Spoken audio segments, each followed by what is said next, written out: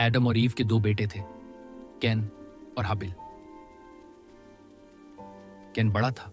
ये लोग तो मुझे हमेशा ही बुरा बताते हैं और हाबिल को अच्छा। हाबिल छोटा था। वो भेड़ बकरियां पालता था। समय बीतता गया। एक दिन दोनों भाइयों ने यीशु के लिए भेंट चढ़ाने का फैसला किया।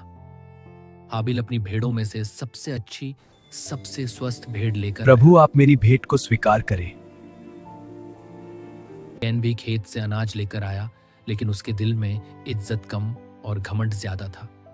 यीशु ने हाबिल की भेंट स्वीकार की, लेकिन कैन की भेंट स्वीकार नहीं की।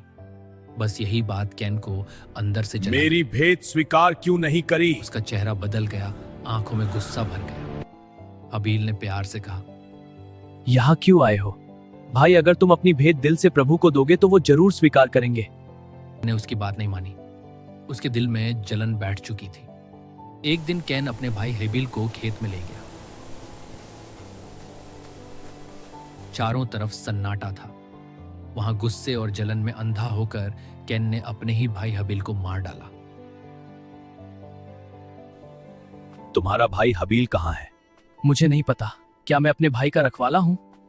यीशु सब जानते थे। उन्होंने कैन को उसकी गलती का एहसास दिलाया और सजा दी। कैन को कहा गया कि अब वह पूरी जिंदगी चैन से नहीं रह पाएगा, उसे भटकना पड़ेगा। हाबिल की लाश जमीन पर पड़ी थी। कैन समझ नहीं पा रहा था क्या करे। तभी उसने एक कौए को देखा। कौवा जमीन खोदकर दूसरे मरे कौए को दबा रहा था। कैन की आंखें भर आईं। उसने कहा, काश मैं इस कौए जितना भी समझदार होता। फिर कैन ने जमीन खोदी और अपने भाई हाबिल को दफनाया। उस दिन कैन ने जाना कि जलन और घमंड इंसान से सब कुछ छीन लेते हैं।